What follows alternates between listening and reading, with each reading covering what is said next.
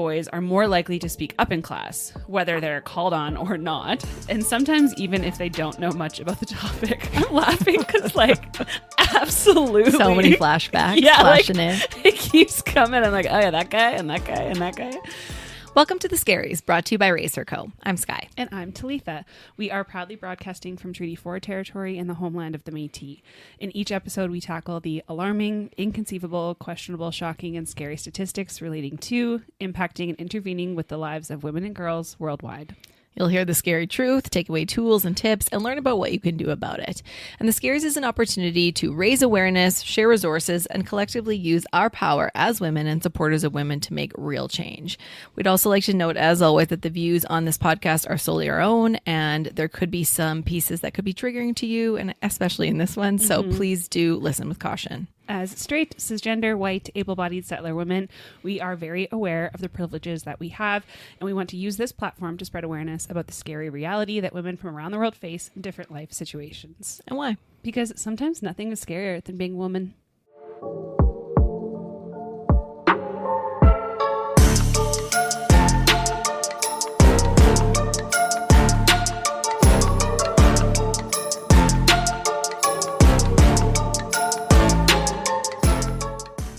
Holy moly, it is season 2. Can you believe that, Sky? No, I can't believe it's been not quite a full year since we launched last November, but still, it feels like a year. It feels like a couple years have happened. We had a very wild summer. We like to try take summers off, but in true us form, we did not at all. Not quite. It was very, very busy. Lots of change on the horizon for us. And when we started the Scaries, we were very, very ambitious. We were like, we're going to do an episode a week. It's going to be amazing. And it was amazing. And we absolutely loved it. But for this upcoming season, we are going to do bi-weekly episodes just to save and protect our peace a little bit. Yes. Two kids for Sky and one for me. And it's just a very busy time. So yeah. But with that being said, it is September, which means it is the bittersweet end to the summer and those hot summer months and all the fun that we had, but excitement also about having kids busy and getting back into activities and back to school. Our kids are in preschool. Well, 2 of them are. And even that brings stress and nostalgic memories, maybe even flashbacks to our own school experiences, both good and bad. And as our little ones are engaged with preschool and getting ready to enter that formal school system, I have to say that I've been paying closer attention to what's going on in schools today and just how different the experience is from how it was for us when we were in school. Some ways for the good and a lot of ways for the downright terrifying. Some of the hot topics on our minds and that of many parents, especially in Saskatchewan where we live, are, for one, the lack of funding, which results in large class sizes and not enough support for students who need it. And then also just compounding supports that students do need and that are now very readily diagnosed and unsupported in that way. We have a new provincial pronoun policy, which hinders any child under the age of 16 from going by their preferred pronouns, the pronouns that they identify with, versus the ones that are on their birth certificate. Or gendered when they were born. We have a recent province-wide ban of cell phones in use in schools that just happened like a couple weeks ago. And I don't know. I think probably there's good and bad parts to it, but that definitely has an impact. And then also, sadly, so many school shootings, stabbings, fights, and not to mention the very recent terrible tragedy of one teenage girl setting another girl on fire in our province. And that's, just in Saskatchewan. Or really, because that happened in Saskatoon. So just really in our province. But like, there's so many other things for sure that are happening in Canada, around the world. Around the world, it's probably not even known all the things that are happening. So this is just in our corner of the world, what were the hot topics on our brain and many others in our community. And I think also, like, anecdotally, we have a lot of educators in our close circles and also hear very scary things that don't make it to the news. So there's that as well. On the brighter side, however, we also have noticed some positive changes, like more inclusive education models and supports for those who are neurodivergent, as I mentioned, and different learning styles. Truth and Reconciliation Commission's calls to action have driven schools to include Indigenous history and culture into curricula, teaching students about the impact of colonization and the importance of reconciliation, as well as more environmental education and a strong push for anti-bullying campaigns and anti-bullying policies, which clearly are needed today with the high rates of violence. Mm-hmm. Bottom line. Yeah. Bottom line, the school experience for kids today is so different than what we experienced. And it's so hard to know what to do, understand what's happening, and to navigate the most effective ways to support parents, teachers, families, and children, especially girls, as they face unique challenges still to this day. But before we begin, I really want to reiterate our trigger warning today. This episode will be going through sensitive topics, including mental health, suicide, and gender-based violence. So please be aware of that as you listen and do what you need to do to take care of yourself in the best way possible. Okay, so to set the stage for why education is so important, especially for women and girls, when we look at the research, it's super obvious to me, but I'm not sure about other countries because this is a very hot topic and issue in other countries. But to me and to Talitha and to in our world, school and having access to education is critical. Yeah. No bones about it for positive well-being and future success, period. The World Health Organization tells us that going to school is actually critical for growth and development of all children, but particularly for girls, and that education is one of the key social determinants of health and well-being. Sadly, in several African countries and many others, children born to women who have not completed primary education are twice as likely to die before the age of 5 as children born to women who have completed secondary education or higher. And it's not just children that benefit from education, it's whole communities and countries. Mm-hmm. In fact, the World Bank indicates that the more women are educated, the more they tend to be informed about nutrition and healthcare, and their children are usually healthier. They should they choose to become mothers, and they're more likely to participate in the formal labor market and earn higher incomes. Yeah, exactly. And further to that, a 2018 World Bank study estimates that the limited educational opportunities for girls and barriers to completing 12 years of education ends up costing countries between 15 trillion and 30 trillion in lost lifetime productivity and earnings. That's intense. Like, wow. All of these factors combined can help lift households, communities, and countries out of poverty. So this World Bank continues to go on to outline the disproportionate challenges that women face that prevent them from obtaining or completing their education. And those things include gender bias, poverty, violence, child marriages, taking on caregiver responsibilities, and even COVID-19. In many other countries like Afghanistan, for example, girls aren't even legally allowed to attend school. And this is since September of 2021. Girls in Afghanistan have been banned from attending secondary school. In many countries, a lack of teachers, schools, and other resources also means many children cannot attend school beyond grade 6, which is so hard. That's just devastating. It's truly, honestly, it's heartbreaking to see such severe inequities still in existence across the globe that prevent women from what I believe is a basic human right and need. But inequalities are happening all the time, and even in our communities, closer to home than you may think. In Canada, girls still face deep-rooted societal pressures and stereotypes that derail their opportunities for success in school. And I'm sure in the U.S., there's probably even more things that we haven't really dug into because anyway, it's a whole can of worms. So on top of the systemic and societal inequalities and inequities in so many countries that prevent women and girls from even going to and completing school that were previously mentioned, like the sheer cost to attend school, child marriages, forced domestic work, conflict, and crisis, and more, which we may cover in a whole other episode, let's bring things closer to home and look at what girls today are experiencing here right under our noses. So the question is, what is it like for girls in school today? Is it different from the experience of boys? Well, to kick things off with some rapid fire stats, research shows that in grade 6, 36% of girls say they are self-confident, but by grade 10, this percentage plummets to 14%. 36% is like even really low to for start sure. off In with. grade 6, how old are you? Like 10 maybe. Yeah, 10 or 11. I don't know. Yeah, something like that. So sad. That's only 36%. And then, just plummets down to 14. Next stat is girls ages 15 to 17 are twice as likely to be hospitalized for mental health concerns compared to boys and young men of the same age.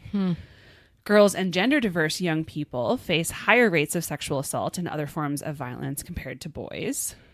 And sexist stereotyping and sexualization can lead to harms that start young and continue into adulthood. For sure. So it's important to note that the experiences of girls in school are obviously not uniform. Racialized girls, 2S LGBTQIA plus students, and those with disabilities often face additional layers of discrimination, inclusion, exclusion, and violence. It's the intersectionality of it all. Their challenges are definitely magnified by a system that was not designed with them in mind. But we're going to focus kind of on the generalization today, as that's the stats and information that we could find. So if we unpack the key themes in these stats that I just mentioned, we see some of the notable differences in experiences that impact the success of girls at school. Those being 1, lack of confidence, 2, mental health challenges, 3, gender-based violence. And we're going to add in one more because it's a common thread between all of these things, and that is societal stereotypes and gender roles, which we love to talk about. So let's look at the first 3 themes, and it'll be evident that the stereotypes and gender roles play a fun part throughout it all. So let's dive into confidence. One fascinating piece of research we found shows that the type of school girls attend can have a big impact on their experience. The type of school. Isn't that interesting? I'm looking at schools because my daughter's starting kindergarten next year. So I'm like, and I guess, is Haven? Yeah. Yeah. So I'm already like, we got to book tours and I'm all ears for this. So, I mean, I don't know if you're going to go to England. I hope you don't go to England, but in England, not going to England. I mean, who knows? But you never know. But in England, where all girls schools are still pretty common, The Guardian reported that girls at all girls schools tend to have better exam results than those in mixed schools. And they even outperform boys at all boys schools. So why is that? Well, teachers, when asked, pointed out to a few different reasons. 1, in mixed classrooms, boys tend to dominate the teacher's time, leaving less attention for girls. In all girls schools, girls tend to emulate each other's good study habits and see each other as role models. They tend to feel more free to explore subjects without competition or judgment. Next, boys' outward confidence in mixed schools can sometimes overshadow or even undermine girls' sense of accomplishment, making them feel less sure of their own abilities. I would say I 1,000% recognize that one. Like, that was me totally in high school. Yeah. And finally, in an all-girls environment, they have the space to grow, explore, and make choices about their interests and future careers without limitations. So, makes sense. Here's another interesting stat. Girls from all-girls schools are twice as likely to study physics at university compared to girls in co-ed schools. Very, very specific. Physics. Well, that's like, what's physics? Like astronauts, and what do physicists do? I don't... it seems very complex. Intense things. But twice as likely. That's like notable. Yeah. So it goes to show that when girls are given the right environment, they can develop their full potential and take on subjects and fields that they might not otherwise consider. Very cool. And hang with me for a second while I make this inference. But the last point can also tell us that when girls are in an environment where they're not competing with boys for attention or validation, they feel more empowered to take on subjects like physics or, STEM in general, which I would argue are generally seen as male dominated, and we know in terms of career paths are male dominated. So very interesting. Yeah, I think, it's a very, very specific stat, but I think that it absolutely shows, like, you can very safely make that inference that that when given the right environment and when encouraged to do something like in a different way, they will succeed. So and on that, it definitely suggests that confidence isn't just about individual ability. We know that confidence isn't just about individual ability, but it's heavily influenced by the environment that you're in. When girls are given the space to explore their interests without societal pressures or gendered expectations, they're more likely to dive into challenging subjects and succeed.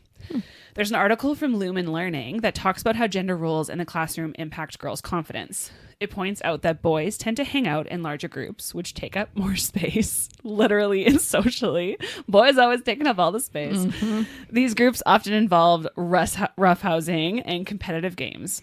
Girls, on the other hand, usually stick to one or two close friends, sharing more personal feelings. Because of this, girls can sometimes fade into the background, becoming less visible to both teachers and to other students, which can make them feel less important. Very interesting. The article also mentions that boys are more likely to speak up in class, whether they're called on or not, and sometimes even if they don't know much about the topic. I'm laughing because, like, absolutely. So many flashbacks flashing in. It keeps coming. I'm like, oh yeah, that guy and that guy and that guy. In a group project, for instance, boys tend to dominate the conversation and often overlook girls' input. This mirrors what we see in society, where men often ignore women's contributions in various settings. Ain't that the truth? Mm-hmm. I heard something the other day that confidence is more related to competence than it is related to just like a feeling of like egotistical or any of that stuff. And the competence piece is interesting because if girls don't even try something because they're shut down right immediately, or they feel that's a male dominated thing, I'm not going to try it. Of course, they're not going to be competent in it, right? 100%. Yeah. So then the confidence snowballs from there. So I think it makes sense. The more you're able to empower girls, like in the all-girls schools, to just try everything. There's no stereotypes, there's no gender roles, and then you build a competence or you don't because maybe it's not for you. The more confident you'll be in general. So. I see this in like my niece, for instance, who sometimes when we're doing something and she's never done it before because she's 5 and hasn't done something before. And she's like, oh, I can't do it. And then she tries once and doesn't do it well. And she gets really frustrated. And I'm like, well, have you ever done that before? And she's like, well, no. I'm like, well, then, yeah, like I wasn't good at that when I first tried it. And so like, just keep reiterating those types of things. But yeah, even still to this day, like if I don't feel like I'm good at something, I'm like, oh, I'm maybe not going to do it. Well, yeah, I don't want to embarrass myself. I don't know if there's more of like a perfectionism complex in girls. Oh, too, totally. I imagine that makes them also like stop quicker. Yeah. And I don't know. Interesting. Very societal interesting. Gendered norms that have been pushed on us. Yeah, but totally can reflect back on school experiences of all of those things for sure.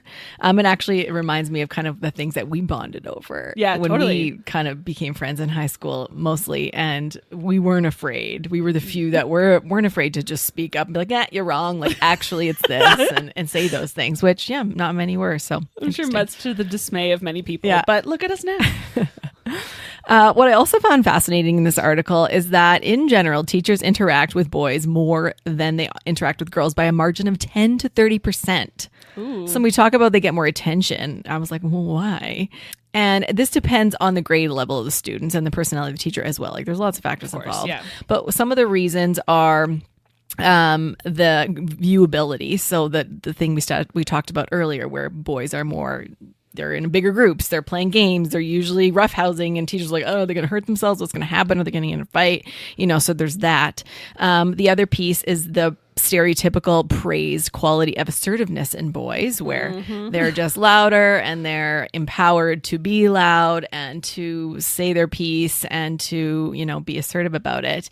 Another one is that some teachers may feel that boys are especially prone to getting into mischief, like I kind of mentioned, so they may interact with them more frequently to keep them focused on the task at hand. So again, it all goes back to confidence. The things that erode it, like not feeling noticed, not feeling as valued, or as seen.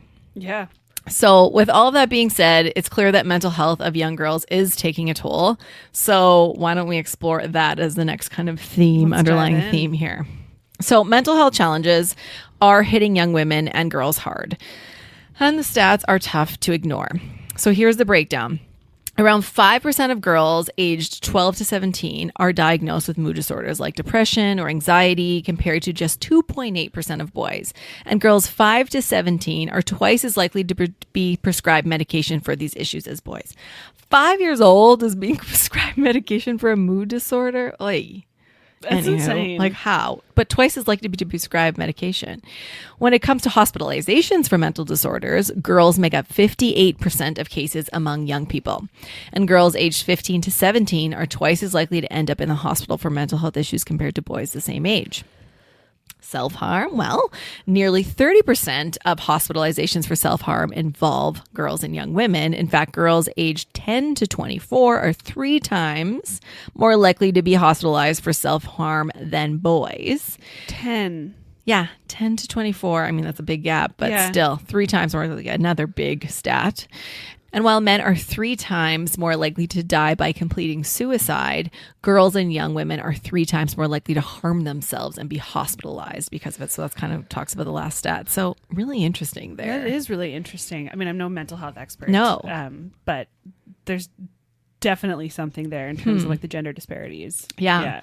And then the last stat I have is completing suicide is the 4th leading cause of death for girls under 14. 4th leading. And it jumps to the 2nd leading cause of death for girls aged 15 to 19. Tragically, the rates are even higher for Indigenous youth, which have some of the highest rates of death by self-harm in the world. Ugh. The stats paint a clear picture. We do need to prioritize mental health support for young women and girls. I mean, I know that we've talked about mental health a lot in different capacities throughout season 1, but hearing it, no matter how many times I hear it, is still so heart-wrenching. And like I get goosebumps and it takes my breath away a lot of times. And just so many young people hurting. Yeah. Like just so hurt. Like, you know, you got to wonder like what is happening in their home lives and their school lives. You know, there's all kinds of things in someone's environment that impact that. But like, and like so compounding because I think, you know, there was, I don't know what they were like when we were in high school versus now, but I can imagine that they are much higher now than when we were in high school. But there's also so many more factors that that young impact brains you have to deal with. Yeah. Plus, I mean, we'll talk about social media in a little bit, but like social media and like all those other things and like being more aware of like what's happening in the world and access to information and all of that. Yep. Those definitely brought me back to our episode on gaslighting in healthcare specifically, which was episode number 2, where so many more women's concerns get passed off just as mental health concerns, in large part due to the lack of knowledge physicians have on the female body because it wasn't studied until very recently. So it really makes you question and think about the high level of mood disorder diagnoses and prescriptions written for girls over boys. That is very interesting. I mean, clearly there is a mental health challenge that girls are having to move to see the self-harm stats and the completing suicide stats, but the diagnoses at like 5 and the prescriptions at 5, I feel like is something worth looking into there. It's actually really interesting because I also saw something on TikTok. There was a thing on TikTok that said that women who are like in their 30s are now getting diagnosed with things like ADHD and like that type of things. Like they get diagnosed way later in life than boys and like young men do. Often because it's like, oh, you're just like anxious or whatever else. But it's like, no, you actually have like you're neurodivergent. I mean, anxiety and depression, all those things are very valid. But being diagnosed with ADHD is like significantly different of like how your brain is wired. For sure. So just interesting that like some prescriptions are going one way and then diagnoses are going another way. Yeah. So even on those suicide stats, getting back to gender stereotypes and norms, there's more and more talk these days about equipping both boys and girls with the ability to talk about and show their emotions, so to prevent lower suicide rates or self-harm rates. Bottom line, though, it's clear that our children are hurting and the hurt is at an all-time high. Now, some attribute this to the rise of social media, as I said, online bullying, prevalence of social comparisons, lack of privacy, which is where we think some of the cell phone ban in schools come into play. But we shouldn't dismiss another glaring factor, specifically here in Saskatchewan, which is the high rate of gender-based violence that exists. Too high. Way too high.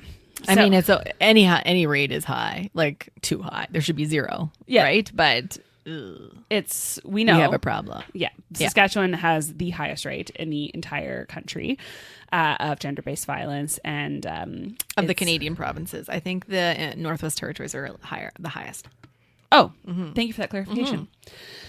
So on that note, did you know that Canada ranks 27th out of 35 countries when it comes to bullying? 27th. Yeah. So does that mean we're low? On the low end or on the high end? There's like, we're on the lower end. Okay. But we're still in the top 35 of all countries when it comes to... of all countries? Really? Yeah. Wow. Yeah. So not exactly I mean, also, I think it'd probably be fair to say that like many countries are not measuring bullying. Probably, yes. In that way. Yeah. But we rank 27th out of 35. So, I mean, we're not one. Right. But we're not on this list. Exactly. So, not exactly a leaderboard that we want to be on. According to Plan International, bullying, especially for girls, often looks really different. Instead of physical fights, it's exclusion, gossip, and manipulation, mostly online. Like a lot of head games. Yeah, which can get you like sometimes worse than than the physical, right? It's punch me in the stays face. in that brain forever. Yeah. Yeah. So here are some tough truths. By age 13, 43% of girls have been bullied compared to 33% of boys. I mean, I think downright there's just a bullying issue. Yeah. Sexual violence is rampant. At least 25% of girls and 15% of boys experience it before they even turn 16. Oh. This includes harassment, sexual touching, and online exploitation. Indigenous girls, their struggles are compounded by historical and generational trauma. A shocking 26% experience sexual assault before age 15. 3 times the rate of non-Indigenous girls. And it's even higher in the North. 38% of Inuit girls experience this violence. Sexual minority youth face extreme challenges too. 74% of 2S LGBTQIA+ students report verbal harassment about their gender. 21% have faced physical violence. And 28% have been cyberbullied. When it comes to gender-based violence, girls and young women experience sexual assault at rates 7 times higher than boys. Wow. The numbers peak during adolescence, with girls between 12 and 17 facing 9 times the risk. Even within their own homes, girls are 4.6 times more likely to be sexually assaulted by a family member than boys, with the rates spiking between ages 12 and 14. Isn't that wild? That is wild. And while we've touched on the toll social media takes, it's worth noting that girls are particularly vulnerable to cyberbullying and social comparisons. The constant online pressure to meet unattainable beauty standards has been directly linked to rising mental health issues and lower self-esteem in younger girls. I think there's even more things, the pressures, not just beauty standards, but as some equalities come into place, like, you know, we see more girls in sports, we see more girls doing all the things, and we feel, a lot of us, this perfectionism. Oh, yeah. It's just like you feel you have to be amazing at everything you do, whether it is the sport, whether it's school, whether it's beauty, and all of them. Oh, yeah. Right? Like, whereas I know men, I mean, some, not all, but probably to the highest degree have that same level of pressure to do all the things. You know, we still feel it into our older years. Oh, yeah. And, you know, we got to be the super mom and we got to do it all and we got to look good doing it and this and that. Like, it never really ends. Oh, yeah. I think pressure. That's still that belief of like, there can only be one. Like, we're still competing for a spot that doesn't exist. Like, it doesn't make any sense. Yeah. So segueing back into the violence piece of it, there's also dating violence. So 1 in 3 Canadian youth is involved in some form of adolescent dating violence, with girls bearing the brunt of psychological abuse.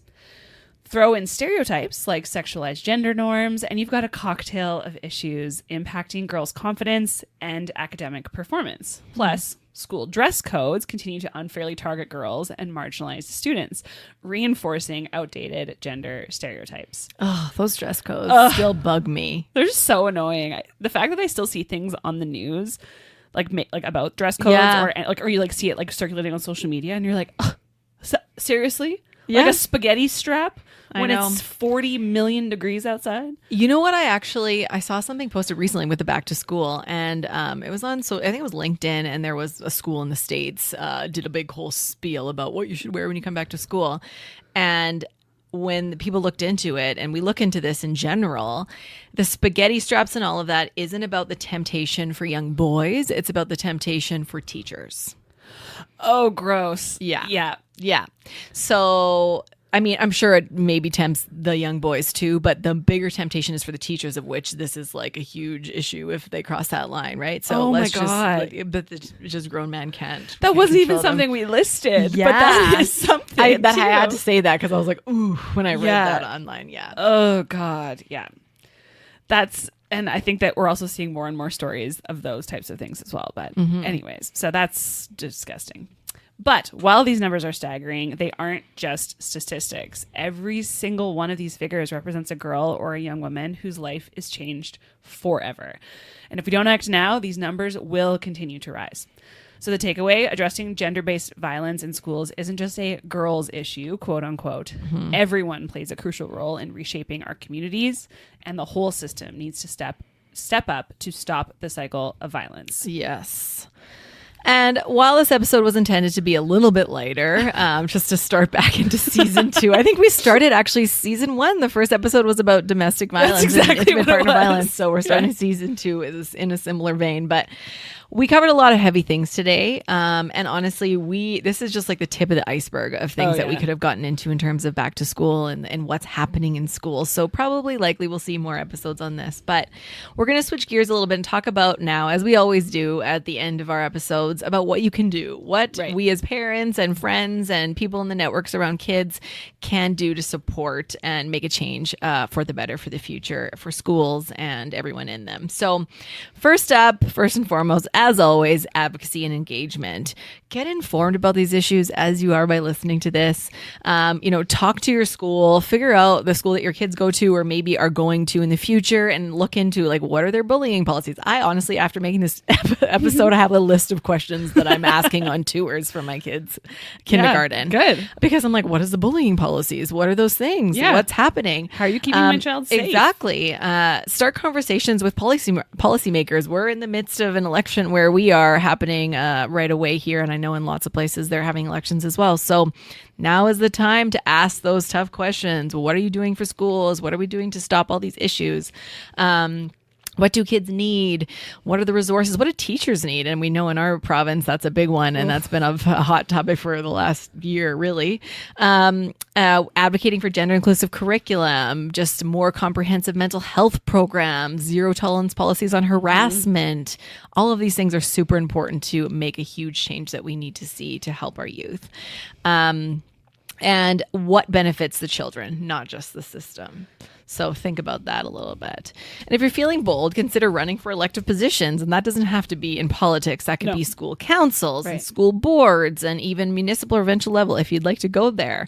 When you look at the Nordic countries, as always, our famed Nordic gold countries. Star. Yes.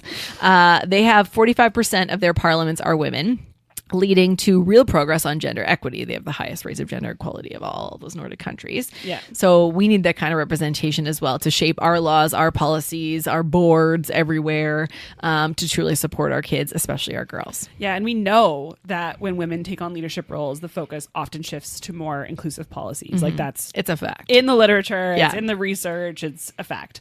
Women leaders tend to prioritize equity and mental health and anti-bullying efforts, creating a supportive environment that benefits everyone, but specifically students in this case. And more representation obviously leads to more change, especially for girls and marginalized groups. And providing support for school challenges starts at home. So if you suspect your child is being bullied, approach them with empathy. Ask them how they're feeling, listen, of course, empower them to take a stand up for themselves in a safe way. Always work with the school and the teachers and the principals and the counselors. They have lots of resources to help.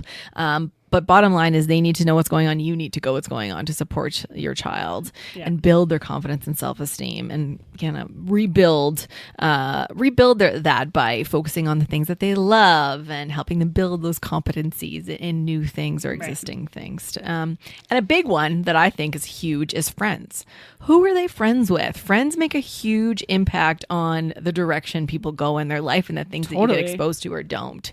So look around. Who are their friends? Who are their friends' parents? What kind of role models do they have? Because that is a huge factor. Isn't that like a thing even like into adulthood is like you are a reflection of like the 5 people 100%. That you hang out the most with? Yep. So it's the same with kids. Yeah. Right. And when we think about bullying and with our kids, there's also microaggressions. So this is another form of harm that starts early. A lot of it is in those ingrained ways that we are raised or what we hear our parents and our grandparents say, which are often very, traditional ways of thinking in some situations. So make sure you catch those. Address them, talk about what they mean, how to stop them, how to course correct. Right. Volunteering is another good one. Volunteer at your kid's school. If you're wondering what's happening, be there. Be boots on the ground and see what's happening. You know, you can help out with sports events, food programs, you name it. There's always things happening and they always need more help. So that's one way to support them and everyone wins. And to truly be a support for girls in the classroom, and at the bottom line, we need to address both academic and social factors. We need to encourage girls to be in all subjects like they do in those all-girls schools, especially STEM, where we have that lack of presence and underrepresentation of girls. Yeah. And provide strong role models that they can look up to. Build their confidence by giving them leadership opportunities and challenge the gender stereotypes that exist in schools, especially those dress codes. Mm-hmm. Schools should be safe and inclusive spaces, so we need to address harassment and bullying immediately, and we cannot understate that enough. And honestly, provide the academic and emotional support that they need, bottom line. So for educators listening, we know you have way too much going on the already, and you're doing a lot more than your degree signed up for, than you're getting paid for. But this is an opportunity to reflect on how gender dynamics play out in your classroom. Mm-hmm. Take a second to think about what you do, how you address, and if you maybe do or not address girls different than boys, who's taking a space, you know, how you can maybe think about things differently in your own classrooms, whose achievements are being celebrated, and how can we create a more balanced, inclusive space for all students. Bottom line, again, there's several bottom lines here, but changing the stats starts with us. Always, with the parents, with the teachers, with the environment, with the community. It's about showing up, speaking out, creating environments where all kids, especially girls, can thrive. And together we can challenge these numbers and build a better future. Mm-hmm. So let's make sure that next generation has the tools, the support, and the confidence they need to succeed. Whew. Woo! Happy episode 1 of season Yahoo! 2. We did it. Cheers. Cheers, a water cheers. Just a water cheers today this for us. This is water bottles because it's like back to school, so we figured we'd be on brand. And also, like, I feel start of the year is also start sixth of the season. Yeah. I'm like, oh, yeah. Yeah, sixth season. And also just like, let's maybe stay hydrated this year. Mm-hmm. Anyways, thank you for joining us today as we confronted the very terrifying but very real life statistics impacting women and girls, specifically girls in school. Please share this episode, rate and subscribe wherever you are listening, and stay tuned for more ways to make a positive impact. Together, we can make the world a little less scary for women and girls. Follow us on Instagram at RacerCo and Scaries.podcast, and on TikTok at RacerCo. And remember that change starts with awareness and action. Thank you for being a part of the Scaries community and making this world a little less scary to exist as a woman. Bye. Bye.